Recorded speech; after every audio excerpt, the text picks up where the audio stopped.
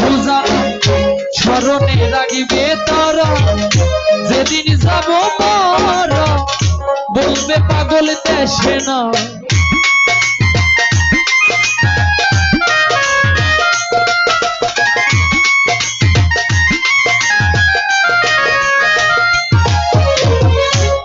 সঙ্গীত জগৎটা এমন একটা জীবন, আমরা যখন শিল্পীরা স্টেজের উপরে থাকি, হাজার হাজার দর্শক শ্রোতাদের মাঝে যখন থাকি, তখন নিজেকে বড় রাজা মনে হয়। যখন মঞ্চ থেকে নেমে আসি, তখন এই শিল্পীদেরকে খুব কম মানুষই মূল্যায়ন করে। একটা শিল্পী যতক্ষণ স্টেজে থাকবে ততক্ষণ তার মূল্য